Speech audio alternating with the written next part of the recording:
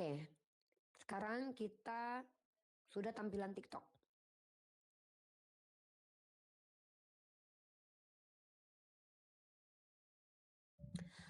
Oke teman-teman, seperti yang aku bilang tadi, Lily Philip ini seorang pesundal. Dan dia adalah orang yang bangga tidur dengan 1.000 pria dalam waktu satu malam. Dan ternyata perempuan ini dibaptis. Maka menurut iman Kristen, barang siapa yang dibaptis pasti masuk surga. Apakah Lily Philip itu tidak mendapatkan hukuman setelah dia tidur dengan 1.000 pria dalam satu malam? Ini menjadi pertanyaan bagi kita. Dan di sini sudah ada dua orang Kristen. Mungkin saja dua orang Kristen ini akan menjawab tentang teologi keyakinannya tentang pesundal yang masuk surga. Saya sudah tunjukkan 3 ayat ya. Pertama, Yesus mengatakan, "Aku datang untuk pendosa." Kedua, Yesus mengatakan pesundal itu lebih dulu masuk kerajaan surga.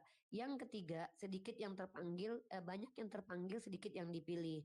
Jadi surganya umat Kristen itu berdasarkan keinginan Yesus. Dan kalau kita lihat rata-rata Yesus selalu menangkap orang-orang yang memang mantan penjahat. Dan memang Yesus mengatakan, "Aku datang untuk para pendosa." Di sini aku menangkap seolah-olah Kristen ini agama para pendosa. Karena Yesus hanya akan menemui orang-orang yang berbuat dosa. Aku nggak ngerti apakah itu yang membuat Nandar dan aku tidak didatangin Yesus seperti para murtadin yang lain karena kami bukan para pendosa. Seperti itu. Nah, kalau di dalam Islam, kalau kalian syahadat, kalian diampuni dosanya, tetapi belum tentu kalian masuk surga. Tergantung amalan kalian. Karena yang masuk surga itu bukan saja yang bersyahadat, tapi yang beriman dan beramal soleh. Di Kristen, mereka sudah ditebus oleh Tuhannya. Otomatis mereka tidak perlu lagi berbuat baik. Karena berbuat baik atau tidak itu tidak penting. Karena mereka sudah ditebus oleh darah Yesus.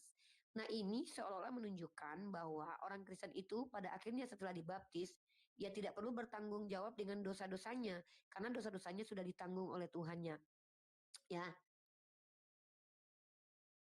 ini yang membuat aku semakin bertanya-tanya, apakah betul seperti ini cara berpikirnya umat Kristen? Apakah memang Yesus seperti ini? Yesus tidak mengadili dan tidak menghakimi, hanya menangkap orang-orang yang memang dianggap berdosa, lalu dimasukkan ke dalam surga tanpa perlu bertanggung jawab dengan dosa-dosanya. Nah, kalau kita lihat konteks Islam sangat berbeda jauh, di mana dalam Islam ada yang disebut dengan kafarat. Kafarat ini dari kata kaf, fa, dan ra sama dengan kiper dalam Yahudi, yaitu penebus atau penutup atau pendamai dosa dengan manusia itu sendiri. Contoh, kalau kita lihat kafarat di dalam Islam itu ada banyak. Salah satu kafarat adalah sakit ataupun perbuatan amalan soleh. Kita akan membacakan konteks kafarat di dalam Islam. Di dalam hadis Sahih Bukhari nomor 17, teman-teman, aku akan perlihatkan kepada teman-teman semua.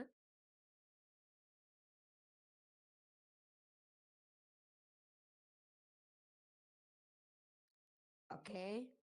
Nah, di dalam hadis Bukhari ini, Sahih Bukhari nomor 17, kalau kita lihat di sini, Rasulullah Shallallahu alaihi wasallam bersabda ketika berada di tengah-tengah sebagian sahabat, "Berbaiatlah kalian kepadaku untuk tidak menyekutukan Allah dengan sesuatu apapun, tidak mencuri, tidak berzina, tidak membunuh anak-anak kalian, tidak membuat kebohongan yang kalian ada-adakan antara tangan dan kaki kalian, tidak bermaksiat dalam perkara yang ma'ruf. Barang siapa di antara kalian yang memenuhinya, maka pahalanya ada pada Allah. Dan barang siapa yang melanggar dari hal tersebut, Allah menghukumnya di dunia. Maka itu adalah kafarat baginya." Jadi, hukuman di dunia juga disebut sebagai kafarat. Nah, kalau di Kristen pertanyaannya, si Lily Philip ini ketika dia bersundal dengan 1.000 pria, pertanyaannya adalah ketika dia dibaptis, apakah dia langsung masuk surga atau dia dihukum dulu? Karena setahu aku, Yesus ketika dihadapkan dengan perempuan pezina, Yesus tidak menghukum perempuan itu, melainkan melepaskan perempuan tersebut. Nah, jadi aku mau bertanya terus terang. Pertanyaan yang ingin aku ajukan adalah, apa hukum perempuan berzina di dalam agama Kristen?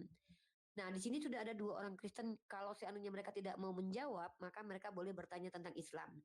Karena memang materi ini memang berat. Oke, Chan, silakan kamu buka mic. Silakan kamu sebagai Kristen, kalau mau menjawab silakan. Kalau tidak bisa menjawab juga nggak apa-apa. Pertanyaannya adalah, Chan, apakah di dalam Kristen ketika orang dibaptis itu langsung masuk surga? Silakan dijawab.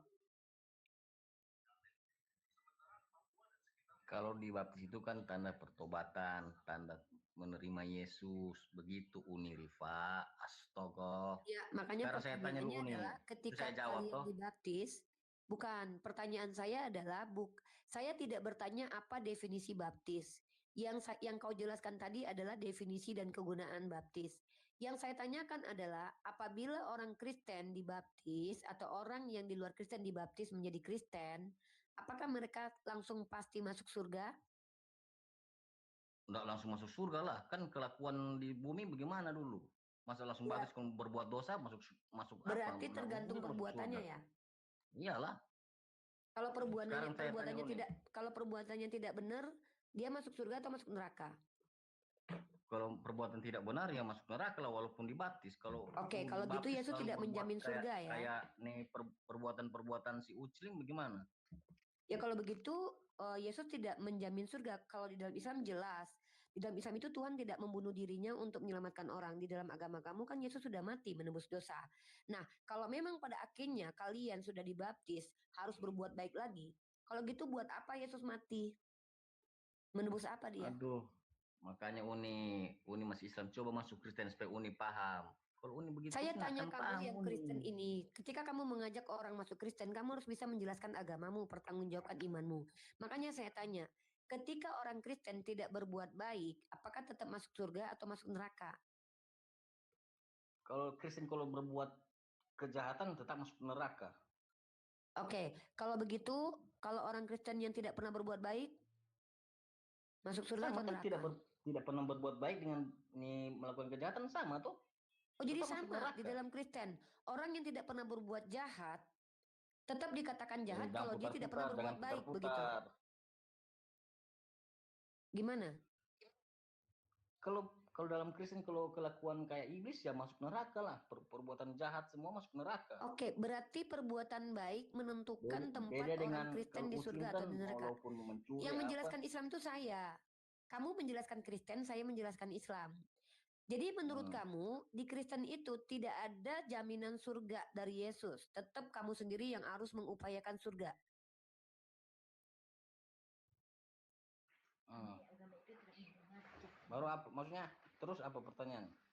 Itu Namanya kan kalau pertanyaan berbuat jahat barusan. tetap masuk neraka. Berarti Yesus yang sudah menembus manusia di tiang salib mati, mati konyol, mati hina, mati terkutuk, itu tidak sama sekali menjamin kalian Kristen masuk surga karena Kristen pun kalau mau masuk surga tetap harus berbuat baik.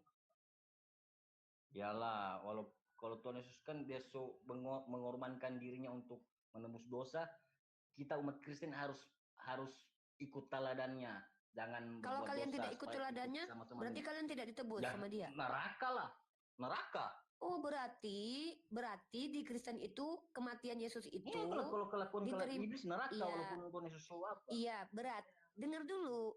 Kan kalau Yesus sudah mati menebus dosa kau, harusnya kan dosa kau sudah tidak ada. Tapi ternyata kau tetap berdosa.